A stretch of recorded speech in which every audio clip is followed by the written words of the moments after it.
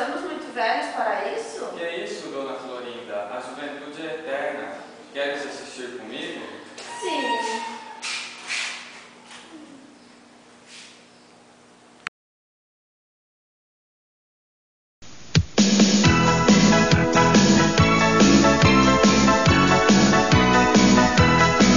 Se você é jovem ainda, jovem ainda, jovem ainda, amanhã velho será, velho será, velho será. A menos que o coração sustente a juventude que nunca morrerá. Existem jovens de 80 e tantos anos e também velhos de apenas 26.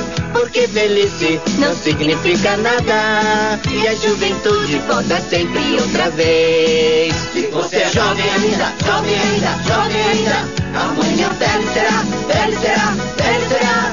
A menos que o coração sustente a juventude que nunca morrerá.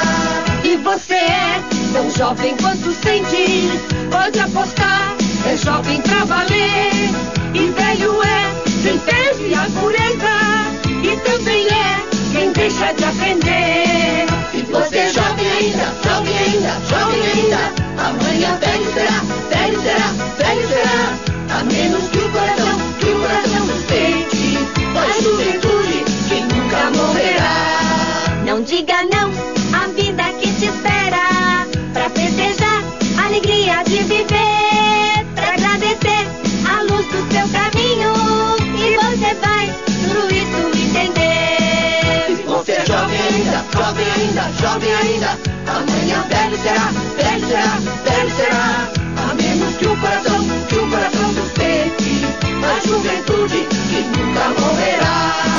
Se você Olha, turma, o doutor Chapatin é o velho mais jovem que eu conheço. Eu não sou velho, viu? Eu sou uma pessoa vivida. Doutor Chapatin, quantos anos o senhor tem, hein? Eu?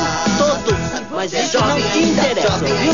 Jovem ainda, amanhã velho será, velho será, velho será. A menos que o coração sustente a juventude